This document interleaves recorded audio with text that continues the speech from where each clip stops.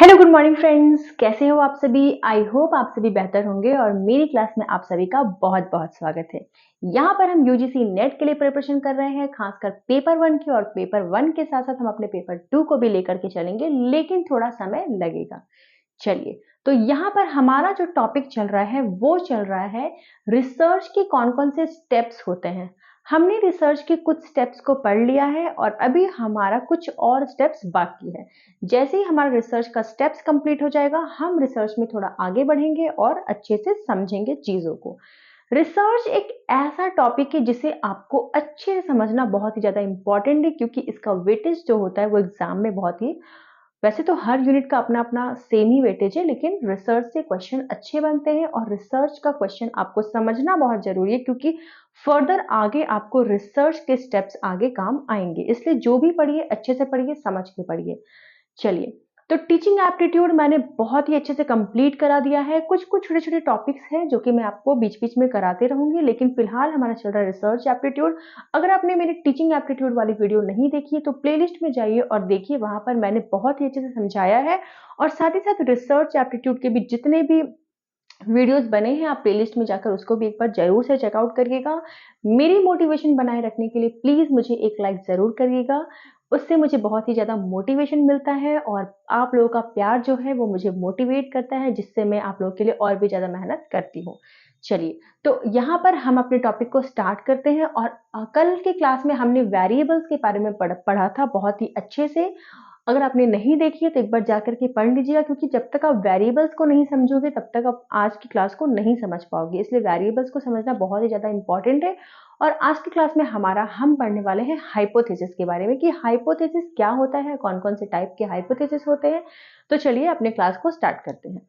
चलिए, तो हमारा जो यहाँ पर आप सभी को पता है चल रहा है यूजीसी नेट का क्लास, और हम कर रहे हैं अपने यूनिट 2 को कवर। यूनिट टू बोले तो रिसर्च एप्टीट्यूड।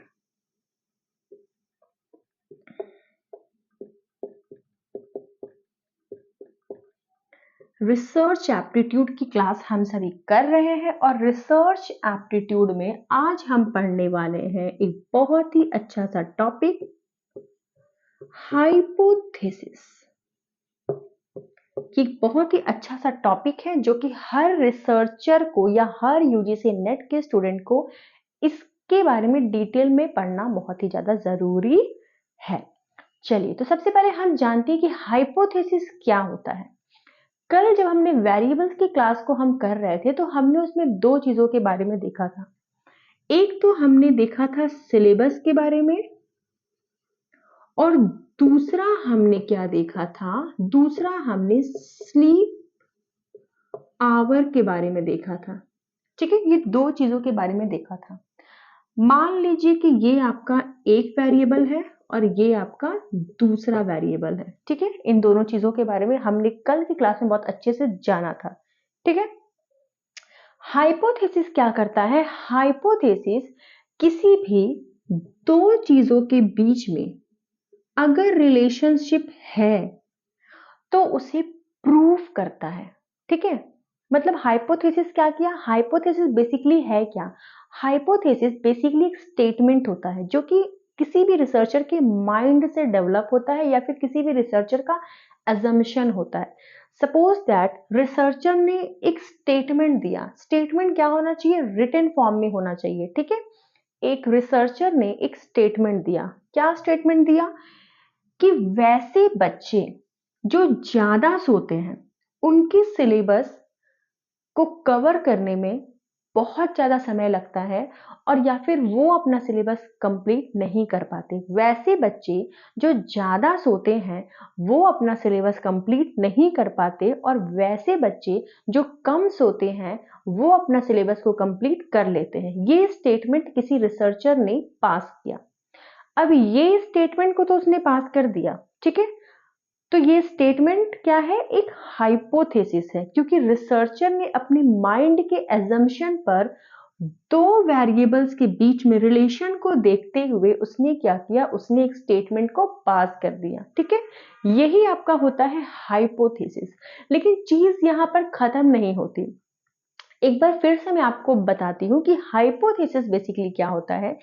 किसी भी दो चीजों के बीच में, किसी भी दो सिचुएशन के बीच में जब आप रिलेशनशिप मेंटेन करते हो, जब आप दो चीजों के बीच में कोई रिलेशनशिप मेंटेन करते हो कि अगर कोई बच्चा ज्यादा सोता है तो उसका सिलेबस अधूरा रह जाता है, और अगर कोई बच्चा कम सोता है तो उसका सिलेबस पूरा हो जाता है। ये एक रिलेशनशिप था और इसे आपने क्या किया, अपने स्टेटमेंट में पास कर दिया। वो स्टेटमेंट क्या हुआ, आपका एजम्पशन हो गया। क्या वो स्टेटमेंट प्रूफ है? नहीं। क्या वो थ्योरी है? नहीं। वो थ्योरी कब बनेगी, जब ये स्टेटमेंट क्या हो जाएगा, प्रूफ हो जाएगा। तो स्टेटमेंट को क्या करना होता है, प्रूफ करना पड़ता है। ठीक है, मान लीजिए मैंने स्टेटमेंट दे दिया कि जो स्टूडेंट ज्यादा सोते हैं उनका सिलेबस अधूरा रहता है, और जो स्टूडेंट कम सोते हैं उनका सिलेबस पूरा हो जाता है। मैंने एक स्टेटमेंट दे दिया, ये मेरा स्टेटमेंट है। ठीक है, अब इस स्टेटमेंट को क्या करना होगा, ये तो बस एक हाइपोथेसिस है। मतलब हाइपोथेसिस बेसिकली क्या है, एक स्टेटमेंट है, एक अजम्पशन पे, एक माइंड में जो आप, एक रिसर्चर अपने माइंड में अपने आइडिया से, अपने विचार से वो जो सोच रहा है और उसको रिटन फॉर्म में प्रेजेंट कर रहा है, वही होता है एक स्टेटमेंट। लेकिन उस स्टेटमेंट को क्या करना होता है, उस स्टेटमेंट को प्रूफ करना होता है। और जब वो स्टेटमेंट प्रूफ हो जाता है तो क्या किया जाता है, तो फिर उसको जनरलाइज किया जाता है, और जब वो जनरलाइज हो जाता है तो वो एक थ्योरी बन जाती है। यानी कि ये क्या है, ये भी एक थ्योरी है, पर ये है एक टेम्पररी थ्योरी। लेकिन अगर ये प्रूफ हो गई तो ये परमानेंटली थ्योरी बन जाएगी और हम सभी को इसको याद करना पड़ेगा। ठीक है, लेकिन अभी ये क्या है, अभी ये टेम्पररी थ्योरी है। अगर प्रूफ में ये गलत भी हो सकती है, अगर ये गलत होगी तो ये थ्योरी क्या हो जाएगी, टेम्पररी थ्योरी हमेशा के लिए खत्म हो जाएगी। और अगर ये सही हो गई तो ये हमेशा के लिए सही हो जाएगी। ठीक है, तो यही होता है बेसिकली एक हाइपोथेसिस। ठीक है, चलिए, तो आप हाइपोथेसिस को समझ गए होंगे, मुझे उम्मीद है। अब अब क्या होता है कि चलिए बताते हैं कि हाइपोथेसिस को प्रूफ कैसे करते हैं। अब मेरा ये स्टेटमेंट है, अब इस स्टेटमेंट को प्रूफ करने के लिए सबसे पहले एक रिसर्चर क्या करेगा, डेटा कलेक्शन, डेटा को क्या करेगा, कलेक्शन करेगा। डेटा कलेक्ट कर लिया। ये डेटा क्या होता है, ये डेटा इन दोनों वेरिएबल से वो डेटा लेता है। डेटा में वो क्या क्या ले सकता है, जैसे कि स्लीप आवर लेगा, सिलेबस लेगा, ये सभी टाइप का वो क्या करेगा, डेटा को कलेक्ट करेगा। डेटा को कलेक्ट कर लिया उसने, अब वो क्या करेगा, डेटा को एनालाइज करेगा। डेटा एनालाइज मतलब वो डेटा को अच्छे से देखेगा, अच्छे से समझेगा, अच्छे से उसके बारे में चीजों को ढूंढेगा, उसको एनालाइज करेगा। जब डेटा एनालाइज हो जाएगा फिर वो क्या करेगा, फिर वो टेस्टिंग हाइपोथेसिस करेगा।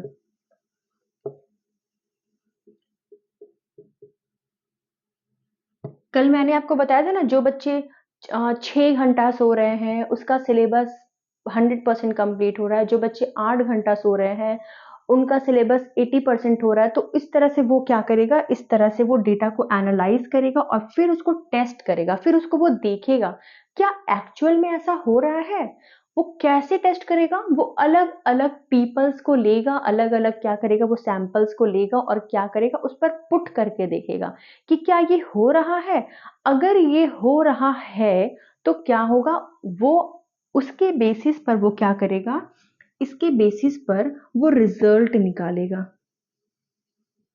और रिजल्ट में ये प्रूफ हो जाएगा कि हाँ ये ऐसा हो रहा है।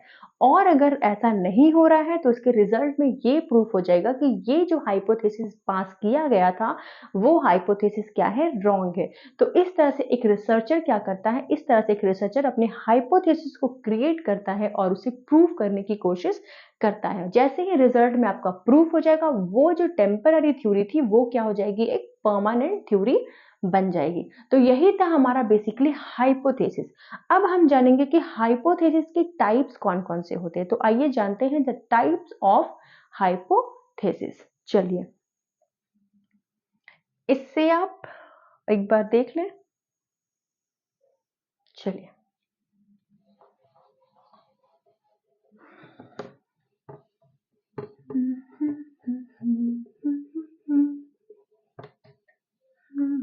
मैं यहीं पे लिख देती हूँ या फिर यहाँ पर लिख देती हूँ।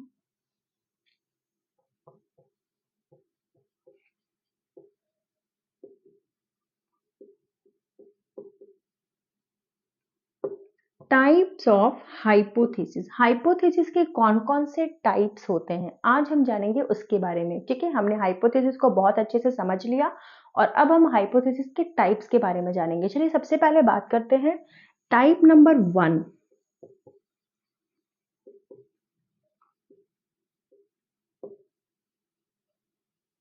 Null hypothesis. क्या होता है नल हाइपोथेसिस? नल हाइपोथेसिस जो है वो ये बताता है कि किसी भी दो सिचुएशन में, किसी भी, मान लीजिए ये एक सिचुएशन है और ये एक सिचुएशन है, या फिर किसी भी दो सिचुएशन में, किसी भी दो सिचुएशन में किसी भी तरह का डिफरेंस नहीं होता है। नल हाइपोथेसिस बेसिकली ये बताता है कि किसी भी दो सिचुएशन में कोई भी डिफरेंसेस नहीं होता है। एग्जाम्पल, मान लीजिए ये जो एक सिचुएशन था ए और ये एक सिचुएशन है बी। ए को भी हुआ है फीवर और बी को भी हुआ है फीवर। इसे दिया गया पैरासीटामोल और इसे दिया गया कोई और मेडिसिन जो कि वो भी क्या करती है, बुखार को ठीक करने का काम करती है। तो उसने क्या देखा कि इस सिचुएशन में भी जो चीज यूज किया गया और इस सिचुएशन में भी जो चीज यूज किया गया उसमें कोई भी डिफरेंस नहीं है। मतलब ये जो मेडिसिन था और ये जो मेडिसिन था, दोनों ने क्या काम किया, दोनों ने फीवर को ठीक करने का काम किया, इसलिए इन दोनों में कोई भी डिफरेंस नहीं है। वही बताता है नल हाइपोथेसिस। ठीक है, क्लियर है? चलिए अब बात करते हैं 2। हाँ, एक और चीज, नल हाइपोथेसिस को डिनोट किया जाता है S0 और HN से। इससे नल हाइपोथेसिस को डिनोट किया जाता है। मान लीजिए कि आपका किसी हाइपोथेसिस का कोई रिजल्ट आया, ठीक है, कोई थ्योरी है, अब आप उस थ्योरी पे क्या करोगे, डिनोट कर दोगे ऐसे, तो वो क्या समझ जाएगा कि ये नल हाइपोथेसिस का है। ठीक है, एक होता है अल्टरनेटिव कर देते, अल्टरनेटिव हाइपोथेसिस। अल्टरनेटिव हाइपोथेसिस क्या होता है? नल हाइपोथेसिस को आप अपोजिट कर दीजिए। मतलब यहां पर क्या होता है, दो सिचुएशन के बीच में डिफरेंसेस होता है। मतलब ये क्या बोलता है कि अगर इसे पैरासीटामोल ने ठीक किया और अगर इसे किसी और मेडिसिन ने ठीक किया तो ठीक है, ये दोनों का फीवर तो ठीक हो गया, लेकिन हो सकता है कि ये जो दूसरा मेडिसिन है इससे बॉडी में कोई ना कोई इफेक्ट हो। मतलब वो क्या बता रहा है, वो बता रहा है कि सिचुएशन, दो अलग अलग सिचुएशन में जरूरी नहीं है कि दो अलग अलग जो वेरिएबल्स है उसमें कोई डिफरेंसेस ना हो। वो क्या बताता है कि दोनों, नल ने क्या बताया कि दोनों में डिफरेंस नहीं है, लेकिन अल्टरनेट क्या बताता है कि दोनों में डिफरेंस है, क्योंकि दोनों बॉडी में अलग अलग तरीके से इंपैक्ट कर रहे होंगे। तो वो क्या बताता है कि दोनों में डिफरेंस है। बेसिकली हम क्या मानते हैं कि नल हाइपोथेसिस हमारा जो है इसका अपोजिट होता है अल्टरनेटिव हाइपोथेसिस, और इसे हम डिनोट करते हैं H1 से या फिर HA से, स्मॉल a। ठीक है, चलिए बात करते हैं पॉइंट नंबर 3 की। पॉइंट नंबर 3 में आप बात करेंगे सिंपल नहीं, पहले हम बात करते हैं डायरेक्शनल।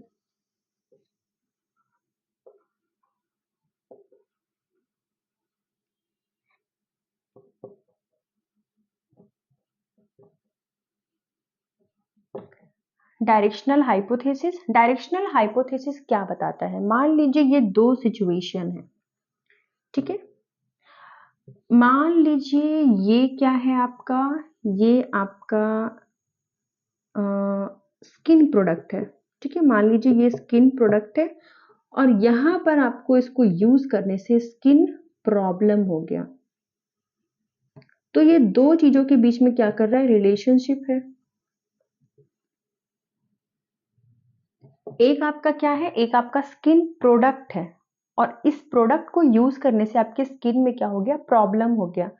तो मतलब रिलेशनशिप बन रहा है ना कि जब उसने इस प्रोडक्ट को यूज किया तो उसको क्या हो गया, प्रॉब्लम हो गया। यहां पर दो चीजों के बीच में क्या हो रहा है, रिलेशनशिप बन रहा है। ठीक है, डायरेक्शनल हाइपोथेसिस क्या बताता है कि दो चीजों के बीच में रिलेशनशिप तो होता है, लेकिन वो साथ ही साथ ये भी बताता है कि उसमें रिलेशनशिप पॉजिटिव है या नेगेटिव है। यहाँ पर कैसा रिलेशनशिप था, यहाँ पर नेगेटिव था कि इस प्रोडक्ट को यूज करने से उसके साथ प्रॉब्लम हो गया। वो क्या कर रहा है, नेगेटिव चीजों के बारे में बता रहा है, मतलब डायरेक्शन कर रहा है, या तो पॉजिटिव डायरेक्शन या फिर नेगेटिव डायरेक्शन। तो ये क्या कर रहा है, यहाँ पर नेगेटिव डायरेक्शन को बता रहा है। हो सकता है पॉजिटिव डायरेक्शन भी बताए कि फ्रूट्स खाने से, रोज एक एप्पल खाने से एक आदमी क्या हो गया, हेल्दी हो गया। तो यहाँ पर डायरेक्शन कैसा है, पॉजिटिव है। ठीक है, तो इसी को हम कहते हैं डायरेक्शनल हाइपोथेसिस। एक हमारा होता है option number, point number 4, non directional.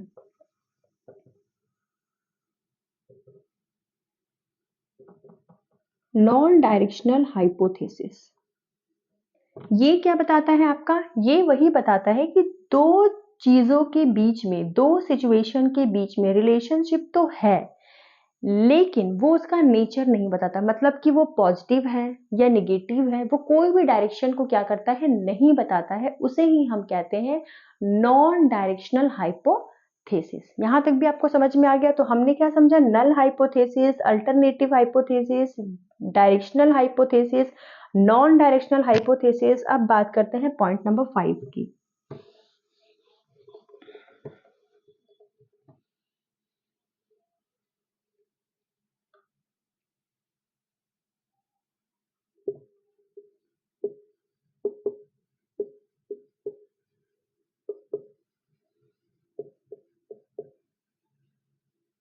Simple hypothesis.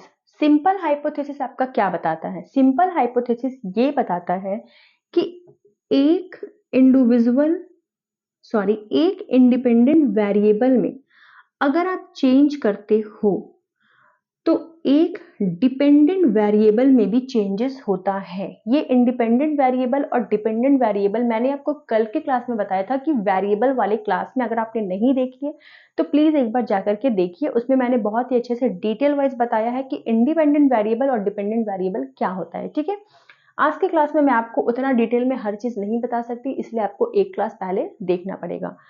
Simple hypothesis क्या कहता है कि जब एक इंडिपेंडेंट वेरिएबल में अगर हम चेंज करते हैं तो डिपेंडेंट वेरिएबल में भी क्या होता है, चेंज होता है। ये आपको वही बताता है। एक आपका होता है कॉम्प्लेक्स हाइपोथेसिस।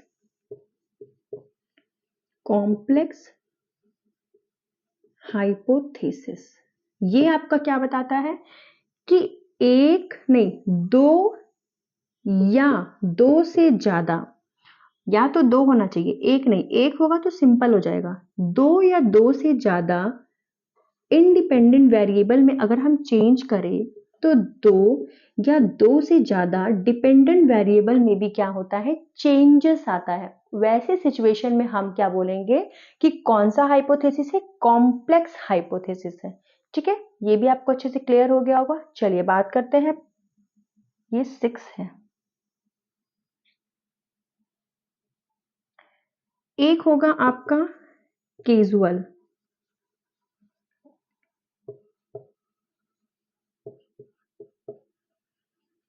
कैजुअल हाइपोथेसिस ये क्या बताता है, ये बताता है कि किसी भी दो वेरिएबल्स के बीच में रिलेशनशिप तो है, लेकिन वो उसका कॉज एंड इफेक्ट भी बताता है। ठीक है, वो क्या बताता है कि दो चीजों के बीच में क्या है, रिलेशनशिप तो है, लेकिन ये रिलेशनशिप जो है इसका कारण, जैसे कि मान लीजिए आपका एग्जाम्पल हो गया वही सिलेबस वाला। ठीक है, एक आपका हो गया सिलेबस और दूसरा आपका हो गया स्लीपिंग आवर।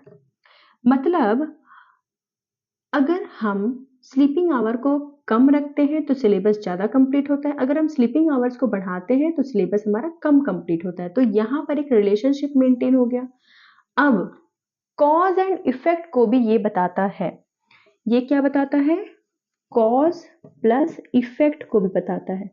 मतलब इसको बढ़ाने से ये कम क्यों हुआ और इसको कम करने से ये ज्यादा क्यों हुआ, ये रीजन को भी क्या करता है, बताता है। तो ये भी आपको समझ में आ गया कि ये क्या करता है, ये ना सिर्फ रिलेशनशिप मेंटेन करता है बल्कि कॉज और इफेक्ट को भी बताता है। ठीक है, तो यहां तक आपका क्लियर हो गया। आप इसे पहले नोट कर लीजिए, फिर मैं आगे का पॉइंट आपको बताती हूँ।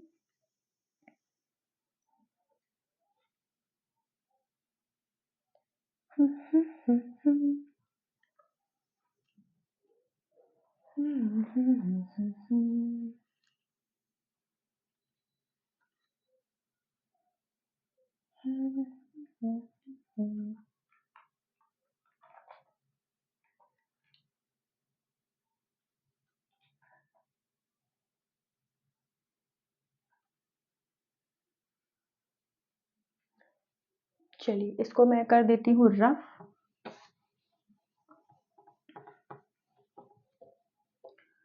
हाँ, इतना मेहनत करती हूँ लेकिन एक लाइक करने में भी सोचते हैं सब लोग। चलिए पॉइंट नंबर 8, एक होता है आपका एसोसिएटेड हाइपोथेसिस। इसमें क्या होता है, देखिए ये क्या किया, ये दो चीजों में आपका रिलेशनशिप बता रहा है और उसका कॉज और इफेक्ट भी बता रहा है। मतलब ये रिलेशनशिप अगर सिलेबस ज्यादा कंप्लीट हो रहा है कम सोने से तो ऐसा क्यों हो रहा है, और सिलेबस कम कंप्लीट हो रहा है ज्यादा सोने से तो ऐसा क्यों हो रहा है, ये क्या कर रहा है, कॉज और इफेक्ट को बता रहा है। लेकिन सेम इसमें क्या होता है, अपोजिट होता है।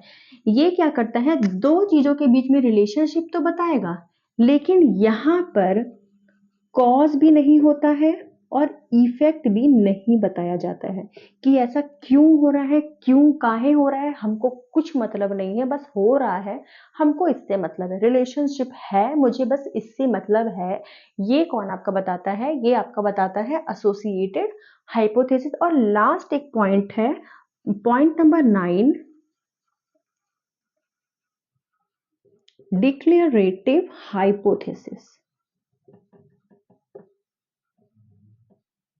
डिक्लेरेटिव हाइपोथेसिस, अब ये डिक्लेरेटिव हाइपोथेसिस क्या बताता है, नाम से ही आपको पता चलता है डिक्लेयर कर रहा है। और हाइपोथेसिस क्या है, हाइपोथेसिस का मतलब है दो चीजों के बीच में रिलेशनशिप। मतलब ये क्या करता है, दो चीजों के बीच में जो रिलेशनशिप है उसको डिक्लेयर कर रहा है। फॉर एग्जाम्पल, आपने स्किन प्रोडक्ट यूज किया, आपने क्या किया, स्किन प्रोडक्ट यूज किया और उससे आपको स्किन में क्या हो गया, स्किन में आपको प्रॉब्लम हो गया। तो ये क्या कर रहा है, ये आपको डिक्लेयर कर रहा है कि रिलेशनशिप को बता रहा है कि इसका यूज करने से प्रॉब्लम हो गया है। मतलब ये दो चीजों के बीच में जो रिलेशनशिप है बस उसे क्या कर रहा है, बता रहा है, बस क्या कर रहा है, उसको डिक्लेयर कर रहा है। इसमें क्या हो रहा था, इसमें डिक्लेयर भी कर रहा था और उसका कॉज और इफेक्ट भी बता रहा था। इसमें क्या कर रहा था, इसमें डिक्लेयर तो कर रहा था, मतलब इसमें बता तो रहा था लेकिन उसको कॉज और इफेक्ट से कोई मतलब नहीं था, क्यों हो रहा है, कैसे हो रहा है, कोई मतलब नहीं था। तो यही है हमारे टाइप ऑफ हाइपोथेसिस। इस क्लास को आप एक बार देखने के बाद एक बार फिर से देखिएगा जिससे आपको चीजें बहुत अच्छे से क्लियर होगी। वैसे तो एक बार देखने से अगर आप बेसिकली मेरे साथ स्टार्टिंग से एंड तक बने हो तो आपको समझ में तो बेसिकली बहुत अच्छे से आएगा, क्योंकि मैं वैसा समझाती ही हूँ कि आपको दोबारा देखने की जरूरत ना पड़े। लेकिन अगर आप एक बार और देख लोगे थोड़ी सी मेहनत करके तो आपको हमेशा के लिए याद हो जाएगा, ऐसा मेरा आपसे गारंटी है।